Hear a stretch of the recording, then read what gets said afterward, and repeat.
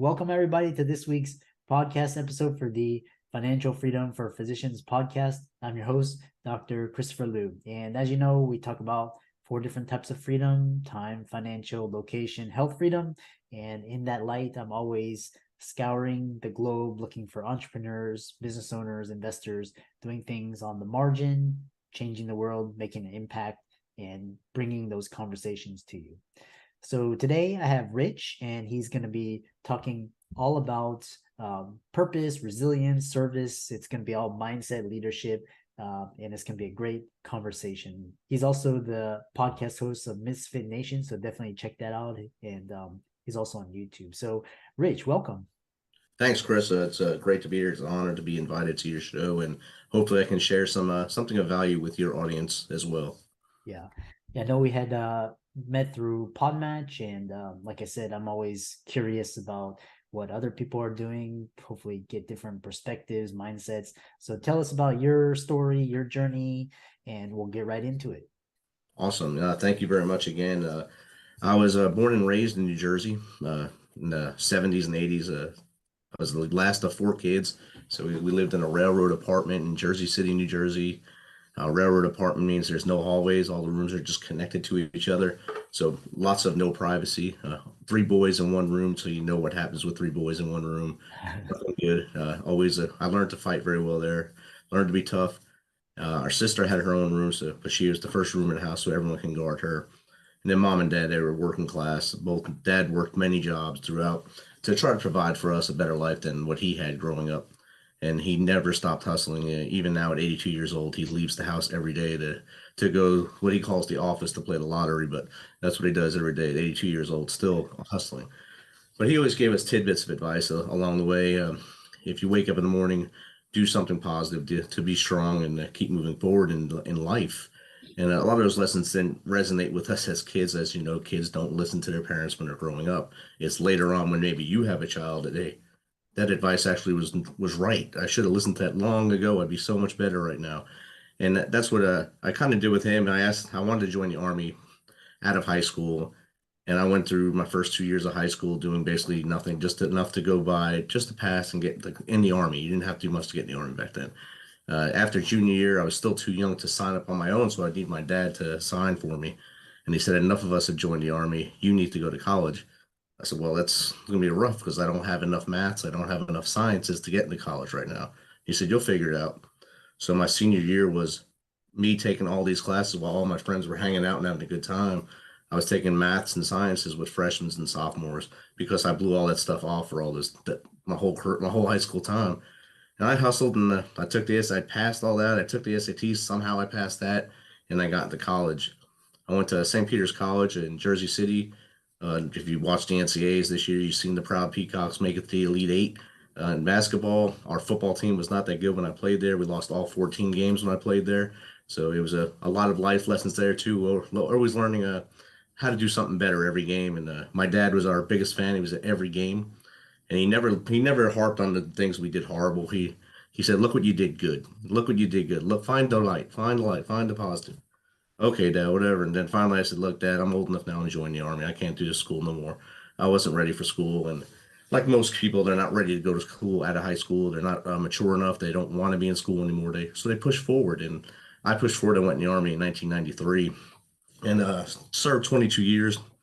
Did four combat tours on the back half of my career, since the first half was kind of pre 9/11. So it was a lot of training and getting ready to do things that also, like the advice my dad gave me, I thought all that training was useless because we weren't doing anything. We train, and then do nothing. And then 9/11 happened and all that stuff worked. I was like, maybe this stuff is right. Retired in 2015, June of 2015, and my daughter graduated high school in May of 2015. That was our goal, for me to stay until she graduated. And she graduated. She was getting ready for college, and I finally graduated college in 2015 after starting in 1988. So I finally got my degree January 2015. So that was a big accomplishment for me, and to show her that I never stopped, I never quit on that. I can keep pushing on, and it might have took one class a year sometimes, or one class every couple of years, but I did it. And I kept that perseverance to move forward, and that resilience and that positive mindset. Later in my career, I had a much better mindset, much more positive mindset later in my career. I took an entire year off after that because, well, one was to decompress, but two, no one was hiring me. They thought I wanted a lot more money than I was asking for. I just wanted a job. I wanted a purpose. I wanted to get out of the house. I said, for 22 years, I put my boots on and went to work. It was easy, the best job in the world. I got out and there was nothing. It wasn't until exactly 1 year later I got hired by a veteran nonprofit, the Mission Continues, out of St. Louis.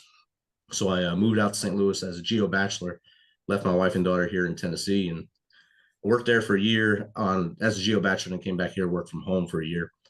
And then I got hired with back with the military to train soldiers as a civilian, and that's what I do now. I train soldiers there. Within that window, I started my master's program at Georgetown University. I knocked that out, and then less than 2 years, I knocked out my master's. Uh, During the pandemics, when I graduated, I wanted to walk across stage so bad because I didn't walk across for my college. And of course, COVID came, so I couldn't walk across stage again. I watched my graduation on Facebook with just basically the dean and someone talking. I took about a month off, and someone said I would never make it to be a doctor. So I said, challenge accepted. So I applied for my PhD program, and I'm about halfway through, a little over halfway through it right now at Liberty University. So I should graduate in May of 23, and that's my glide path now. Also, during the pandemic, I started my podcast, The Misfit Nation, because I figured I'm going to school, I'm working 40 hours a week. I got about 8 hours left a week. I have nothing going on. Let me see if I can push some of my nuggets of knowledge out here to people and help them along their way as well. So I started the Misfit Nation podcast. Originally, it was meant to just be for veterans to come on and get their story off their chest, to try to stop them from perpetuating the 22 a day suicide rate. So I knew that if they are able to speak and get that story off, it lets them breathe a little easier, and they're, oh, good, now I can continue on my life. I don't have this darkness I have to go to. But then they asked me for, hey, can you get someone on there that knows how to write a book? You get someone on there that knows how to get me to Hollywood, get music, go back to school, start a nonprofit. So my head starts spinning.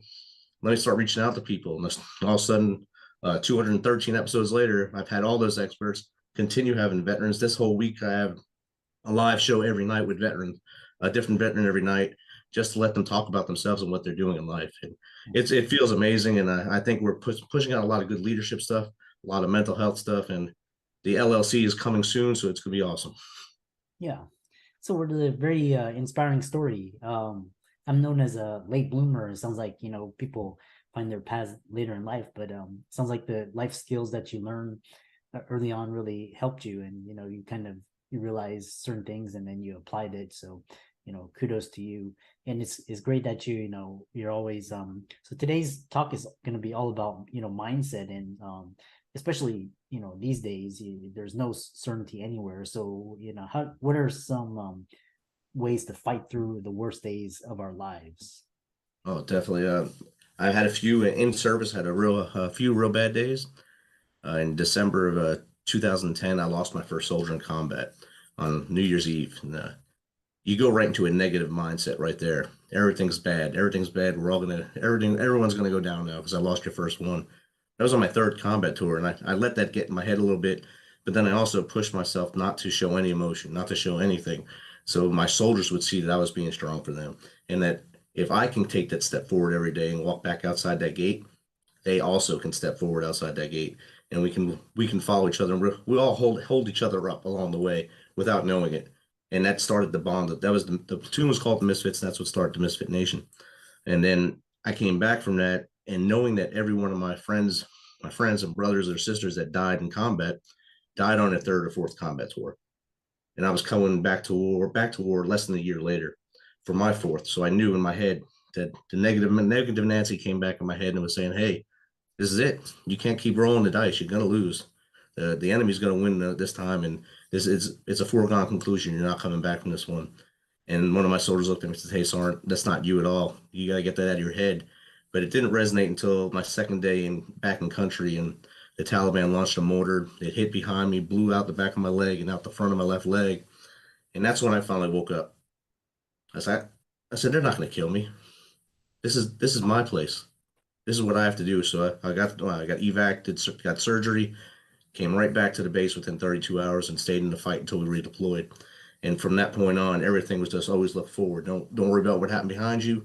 stay in front of you and keep that positive momentum. And that's how I blended from bad days to make bad days good again. So even though I got wounded, that made me think positively.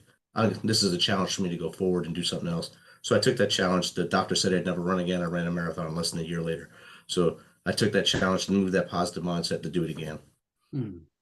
So it's so amazing the power of the mind. And I talked to a lot of you know, successful people such as yourself, and really, for example, people that train for the Olympics, and that's their day, and then they don't medal, and they just have to really block it out and think about the next 4 years and how are they going to get back. So you really have to just kind of move forward, especially after a real traumatic setback. You put your heart and everything into it, and so it's all about your mindset. This is what what sort of resources, like books or podcasts, YouTube channels, that you use to that people can go and kind of see what you're talking about. Uh, Podcast I listened, the first podcast listened to was with Marcus Luttrell, his podcast, a real good podcast because it's about never giving up. He was in an ambush in Afghanistan, and he was the only one that survived from his team, lone survivor. But he took that traumatic event, losing all his brothers in one fight, and he was the only one that survived, and not taking that negativity of, hey, I should have died too, and killing himself or anything like that. He spun it into doing something positive to help others. So the team never quit, and it's great podcast. He always brings on people that have also been through trauma or been through adversity, and has them tell their story, and you can just feel his emotion when they talks to him, because he like feeds off their emotion, and it's an amazing way to get that thing. The book Grit, that's a great book to read right there. I passed that on to my friends, my family all the time. Great book. And of course, my book, 13 Step Guide to Success, I passed it on to people as well. Yeah. So I assume your book is can be found on Amazon. Is that Yes, correct? it's on Amazon. If you search Amazon, 13 Step Guide to Success by Rich LaMonica, it should be the first thing that pops up. Yeah. And for all the listeners out there, be sure to check out Rich's book. I'm gonna check it out after this, and really what what sort of like the three most important or most influential people in your life, what did you learn from them? My dad, I learned hard work and being dedicated to your family, putting family first, hard work, and then everything will work out great. And always helping others. He had a service mindset. So when I was growing up, he was our scout leader. He was at every baseball game. We went to a Catholic church, so we volunteered him to do all the readings all the time without telling him. And then, like on Sunday, hey, Dad, you're doing a reading today. You got the first reading. Oh, Dad, you got the second reading, because we volunteered you for everything. Oh, thanks, guys. Good thing it wasn't too crazy last night. Good, good. And then he would just do it, just go with the punches. And even now, I still call him up and ask him for advice. And I mean, it's more. I guess it's more for me just to hear him, just to hear that he still has the cognitivity of his brain still, and to talk to me, and he does. He's amazing talking to now, and of course, we talk about what's going on in the world, Ukraine especially. He always asks me what I think we should do. I said, it doesn't matter what I think, and I'm not at 1600 Pennsylvania Avenue. I can't make those decisions, but I think those conversations are great. The second person I think would be Colin Powell, the late General Colin Powell. When I was coming up, he was at the twilight of his military career, but into his still serving career in the State Department, National Security Advisor, of course Secretary of State, and he has leadership goals and guide, and just the way he treated people. He treated people the way he wanted to be treated, and that's how he led. He didn't lead as an overbearing guy. He led as someone that was a man for the people, and it would have been great to see him maybe ascend to presidency, but he never wanted that because that would have been too much for him. He would have been so far removed from reality, so he didn't do that. And he was a great man. We lost him last year. Third one would probably be maybe General Mattis, or another very smart general like him. He pumped me up in Iraq. He pumped me up when he was the Secretary of Defense. I met him again in D.C. that time when he was going through his hearings, and he didn't skip a beat talking to me like we were still in Iraq in 2003. So I know he probably didn't fully remember me, but he remembered the name, and it came in. Just talked like we're old friends, and everyone around was like, wow, how'd that happen? Because he's a great human, great human being, and that's how you got to be. You got to be a great person to push forward for everybody. Yeah, that's wonderful. It's a very inspirational conversation. How can people follow you, find you? I know you have a YouTube channel, you're on social media, website. How can they contact you? My website's themisfitnation.com. So it's just one word, the Misfit Nation. That's a MISFITNATION, just like it sounds. Just one word, themisfitnation.com. My contacts on there. All our social media is on there as well. Our YouTube is youtube.com/ at _misfit nation. Yeah. And for all the listeners out there, Rich's resources will be in the links and show notes. Be sure to check out his book again. And thanks so much for coming onto the show and the podcast. And it's been a really insightful conversation. And really, it's all about moving forward. Just like you hit some setback, and you have to just look forward and just keep focused on the next thing. So I really enjoyed our time, and thanks so much.